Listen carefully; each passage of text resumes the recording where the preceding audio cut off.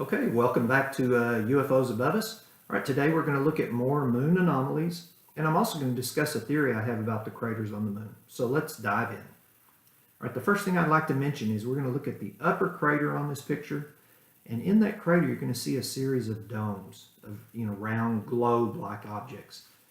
My question I'd pose to you is this: do you think that's really debris from a meteor strike? Do you think that's just regolith of the moon that kind of develops into circular, perfectly round globes? Or the alternate theory is, could that be intelligently designed and put there as habitat?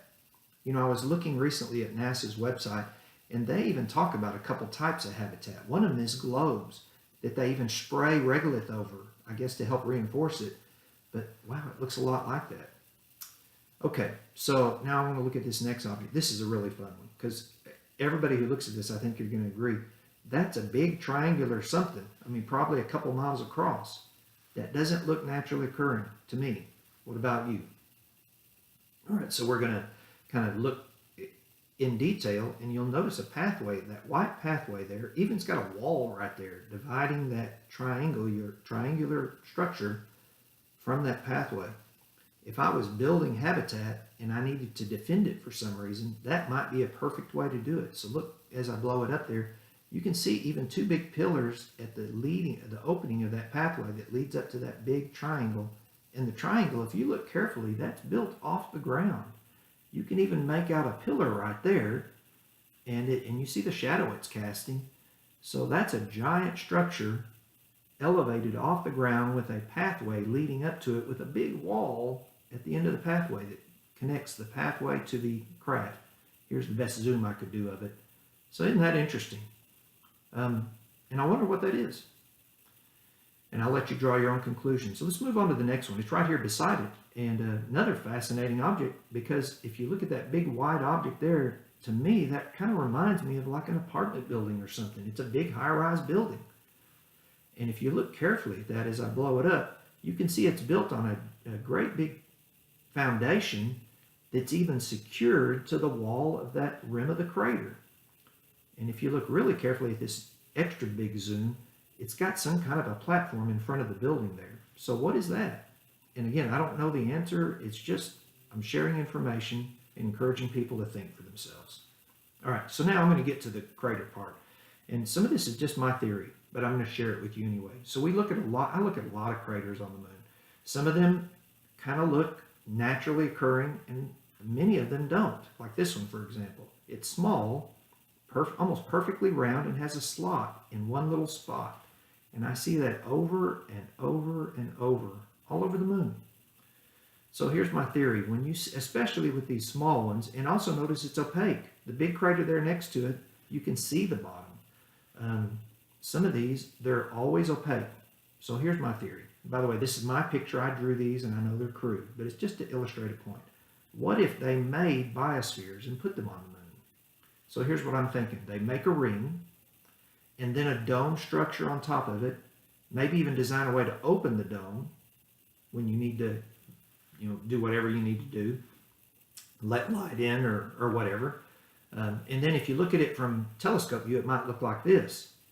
So if you look at that picture of a artificial biosphere, and then you I've just dropped it in on my picture so we can visualize it. Now does that, and you look at the middle of the screen, you see it there, does that look similar to those craters that we talked about with the notch in one end and then an almost perfectly round circle with a blacked out center? And then you compare that to these little craters. I just wonder, do you think that's what those are?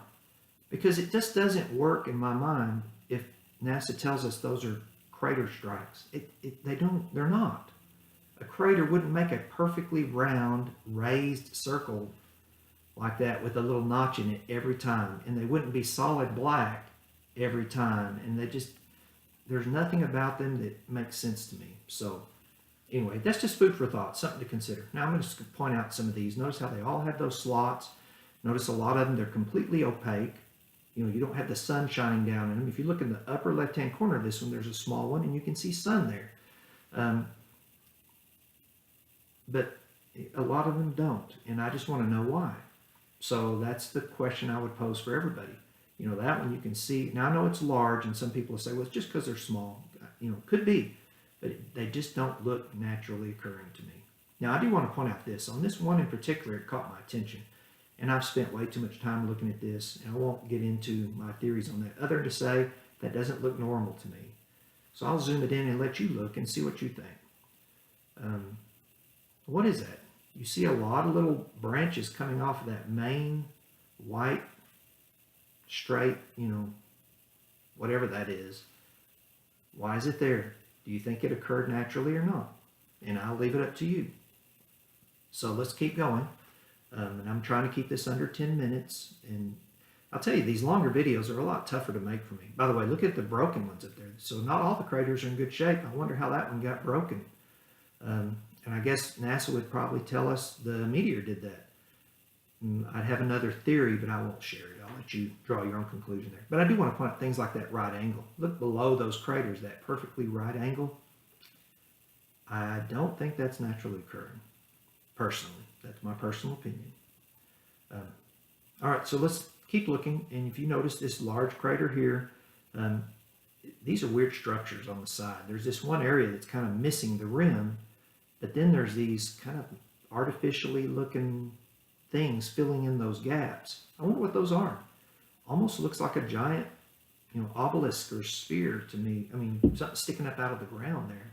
And then you can see there's something in that crater. I can't make it out, but I bought a new telescope very recently. Much larger and much better graphics than the one I have now, which is a nice scope, but this one's even nicer. It's going to let me get a lot more light, which should let me see, kind of peek into some of these craters and see what's going on. So I'm looking forward to that, but give me time. It'll probably take me a month or two to learn how to use it the way I would want to before I share it. Okay, now look at this crater here. It was fascinating to me as well. What are those things at the top? And if I zoom in on those, almost looks like some kind of lettering, like maybe Greek letters or something. I mean, does that look naturally occurring to you? Certainly doesn't to me. I mean, the first letter in particular looks kind of like an O or a U. So, and then you look all around this area beside that crater, there's a lot of structures there in there. And again, I can't wait to get my new telescope online. If you're enjoying the pictures that I've been sharing with you, just to give you, I mean, this is triple the quality. I mean, it's going to be a very nice scope when I get it tuned in. Okay, so enough of that. I'm going to kind of wrap up by just encouraging you to think. Is there potential that there could be some kind of biospheres on the moon? And would that explain why they're so perfectly round? And if that's the case, who put them there? And again, I don't have the answers to these questions, but I'm encouraging people to share their information. There's a lot of small YouTube channels out there that are sharing information, so go visit them.